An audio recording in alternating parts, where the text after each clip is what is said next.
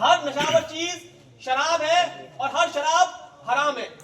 ہمیشہ شراب پینے والا جنت میں داخل نہیں ہوگا. ایک اور حدیث میں آتا ہے, حضرت محمد صلی اللہ علیہ وسلم فرمایا, جب کوئی آدمی شراب پیتا ہے اس کی 40 دن کی نماز قبول نہیں ہوتی. پھر وہ اگر معافی مانگ لیتا ہے تو اللہ تعالیٰ اس کے گناہوں کو معاف کر دیتا ہے. اگر اس نے پھر شراب پی تو پھر 40 دن تک اس کی نماز قبول نہیں ہوگی. اس نے معافی مانگی تو اللہ اس کو پھر معاف کر دے گا.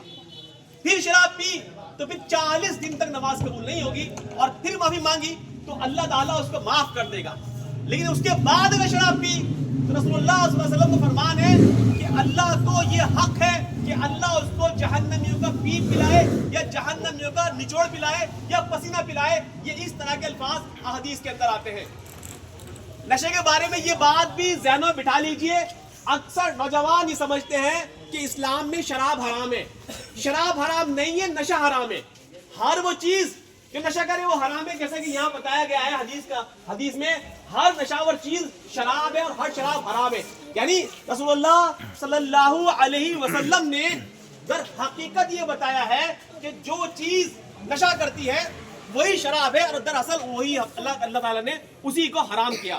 قرآن پاک میں سورہ مائدہ آیت نمبر 90 میں یہ فرمایا گیا ہے کہ یہ جو تاشے پاشے شراب آستانے یہ سب شیطانی گندے کام ہیں. اور شیطان کے بارے میں ہم جانتے ہیں کہ وہ اللہ کا ناشکرہ ہے. شیطان اللہ کا باغی ہے. شیطان ہر وہ کام کرتا ہے جو کام اللہ جس کام سے روکتا ہے. یہی معاملہ شراب پینے والے کا یا نشہ کرنے والے کا بھی ہوتا ہے. رسول اللہ صلی اللہ علیہ وسلم فرمایا شراب نہ پینا کیونکہ وہ ہر برائی کی کنجی ہے. کنجی مطلب کی ہے, لاک کو انلاک کرنے والی چابی ہے. یعنی تمام برائیاں یہ ایک شراب کی چابی سے تمام برائیاں کھل جائیں گی اور اس کے اندر آ جائیں گی جو انسان نشہ کرتا ہوگا, جو انسان شراب پیتا ہوگا. اس لیے یہ موضوع بہت زیادہ سینسیٹیو ہے, بہت زیادہ امپورٹنٹ ہے. اس لحاظ سے امپورٹنٹ ہے کہ نشہ کرتے ہوئے عادی انسان اگر کوئی دنیا سے گیا, اس کی مغفرت کے کوئی حوالے, کوئی ذرائع قرآن اور حدیث میں نظر نہیں آتے. اس کے برعکس یہ بتایا گیا ہے نشہ کرنے والا انسان جو نشے کا عادی ہوگا وہ جہنم میں ہی جائے گا, جہنم میں ہی ڈال دیا جائے گا. ایک حدیث میں آتا ہے کہ اللہ تعالیٰ اس کو جنت کی شراب سے محروم کر دے گا, جنت کی شراب سے محروم کر دے گا. تو اصل میں یہ جو مہم چل رہی ہے, اس مہم کا مقصد یہ ہے کہ ہمارے جو بچے ہیں, چھوٹے بچے ہیں, وہ کالجز میں جا کر یا باہر خراب ماحول میں جا کر یا ٹی وی میں ایڈورٹیزمنٹ دیکھ کر کہیں کسی نشے کی لت میں نہ پڑ جائیں. کیونکہ اب یہ لت صرف محض شراب یا سلفا تک محدود نہیں رہی ہے. مختلف قسم کے ڈرگز, مختلف قسم کی دوائیں, مختلف قسم کے ذرائع جیسے اسمیک, چرس, چٹا اور بھانگ اور اس طرح کی بہت ساری چیزیں ہیں, یہاں تک کہ مختلف قسم کی گولیوں کے ذریعے سے نشہ کیا جا رہا ہے. اور ایک بار بچپن سے جوانی کے بیچ میں اگر کوئی بچہ نشے کا عادی بنتا ہے تو اس کا جسم مکمل طور سے ڈھل جاتا ہے اس برائی کے اندر. ذہن اس کا اتنا بلند نہیں ہوتا کہ وہ سمجھ سکے صحیح کیا ہے اور غلط کیا ہے. لہٰذا وہ بچہ جب تک جوانی کو پہنچتا ہے در حقیقت وہ زندگی کے خاتمے کی طرف پہنچ رہا ہوتا ہے. ایسی سماج میں بہت سی مثالیں ہیں. ایسے بچوں کا سماج میں استعمال کیا جاتا ہے, انہیں ڈرگز پلا کر, ہیروئن پلا کر, مختلف نشے کرا کر ان سے جو ہے چوری کرائی جاتی ہے, کسی کے ڈاکہ کرایا جاتا ہے, کہیں گولی کسی کو لگوا دی جاتی ہے. اور اسی طریقے سے جن سماج میں لڑکیاں شراب پینے لگتی ہیں ان لڑکیوں کو مختلف قسم کے برے دھندوں میں دھکیل دیا جاتا ہے اور جسم کا دھندا ان سے کرایا جاتا ہے, یا نشہ کرا کر لڑکیوں کی عزت کی بولی لگائی جاتی ہے یا عزت پامال کی جاتی ہے. یہ تمام نشے کی برائیاں ہیں. نشے کی جو سب سے بڑی برائی ہے وہ یہ کہ جو قوم نشے کی عادی ہوگی دنیا میں وہ قوم محض غلام ہوگی. کیا کہا میں نے؟ جو قوم نشے کی عادی ہوگی وہ غلام ہوگی. آپ پوچھ سکتے ہو کہ ایسا کیوں کہہ رہا ہوں میں؟ دیکھیے دنیا میں ترقی دو بنیادوں پہ ہوتی ہے, ایک بہترین دماغ اور ایک بہترین جسم کے ذریعے. اگر کسی انسان کے پاس بہترین دماغ ہے اس دماغ کا وہ استعمال کرے گا, استعمال کر کے نئی نئی چیزیں ایجاد کرے گا, نئے نئے بزنس کے آئیڈیاز اس کے ذہن میں آئیں گے, بہترین تعلیم وہ حاصل کر سکتا ہے. اور اس دماغ کے ذریعے سے ہی دنیا کے تمام انوینشن, تمام آوشکار کرنے والے لوگ وہ تھے جن کے پاس بہترین دماغ اللہ نے دیا تھا. نمبر 2 جسمانی صلاحیتیں یعنی طاقت. ایک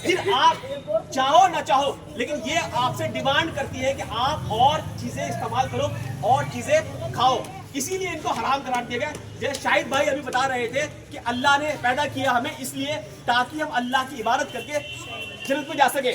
لیکن جو انسان نشے میں ڈوبا رہے گا نہ ہی تو وہ اللہ میں پہچان پاتا, اور جو ایمان والا ہوتا ہے وہ بھی دھیرے دھیرے اللہ کی نافرمانیاں کر کے اسلام سے باہر چلا جاتا ہے. تو بچوں بتاؤ ذرا, کیا کبھی سگریٹ پیو گے؟ نہیں.